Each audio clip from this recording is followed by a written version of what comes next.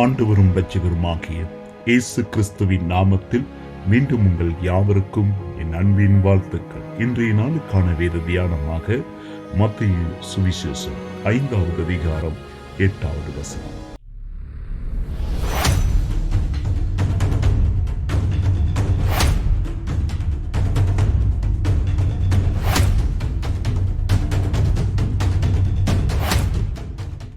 இருதயத்தில் சுத்தமுள்ளவர்கள் பாக்கியவான்கள், அவர்கள் தேவனை தரிசிப்பார். ஆமீன். பாருங்கள், இந்த இடத்திலே வேத வசனம் படிச்சிருக்கிறது. இருதயத்தில் சுத்தம். இருதயம் ஒரு மனுஷனுடைய அது நடுநிலையை குறிக்கிறது. அவனுடைய எல்லா காரியமும் அவனுடைய இருதயத்தை சார்ந்ததாக இருக்கின்றது. அவனுடைய திட்டங்கள், அவனுடைய நேர்மை, அவனுடைய பரிசுத்தம், அவனுடைய ஒழுக்கம், அவனுடைய நட்பண்புகள், தேவ பக்தி சகலமும் இருதயத்தை சார்ந்திருக்கிறது.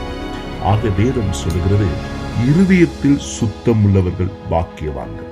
இருதயத்திலே குற்றமற்ற, கரையற்ற, தேவன் விரும்புகிற, தேவன் எதிர்பார்க்கிற எண்ணமும் நோக்கமும் உள்ள இருதயம், பரிசுத்தமுள்ள ஒரு நோக்கமுள்ள இருதயத்தை தேவன் அதிகமாக விரும்புகின்றார். வேதம் சொல்லுகிறது, அவர்கள் பாக்கியவான்கள். இருதயம் சுத்தமாயிருந்தால், இருதயத்திலே நேர்மை இருந்தால், இருதயத்திலே தேவ பக்தி இருந்தால், இருதயத்திலே தேவன் விரும்புகிற காரியம் இருக்கும் என்று சொன்னால் வேதம் சொல்லுகிறது, அவர்கள் ஆசீர்வதிக்கப்பட்டவர்கள்.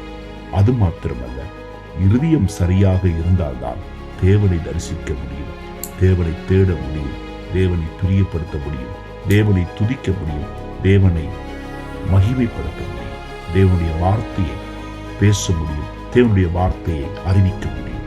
ஆக நம்முடைய இருதயம் சுத்தமுள்ள இருதயமாக இந்த நாளில் இருக்க வேண்டும் என்றால், பரிசுத்த ஆவியில் நிறைந்து, வார்த்தையில் நிறைந்து, நாம் அவருக்குள் சுத்த இருதயம் உள்ளவர்களாக இருந்து அவரை மகிமைப்படுத்துவோமாக. கர்த்தர் தாமே உங்களை ஆசீர்வதிப்பாராக. ஆமேன், ஆமேன்.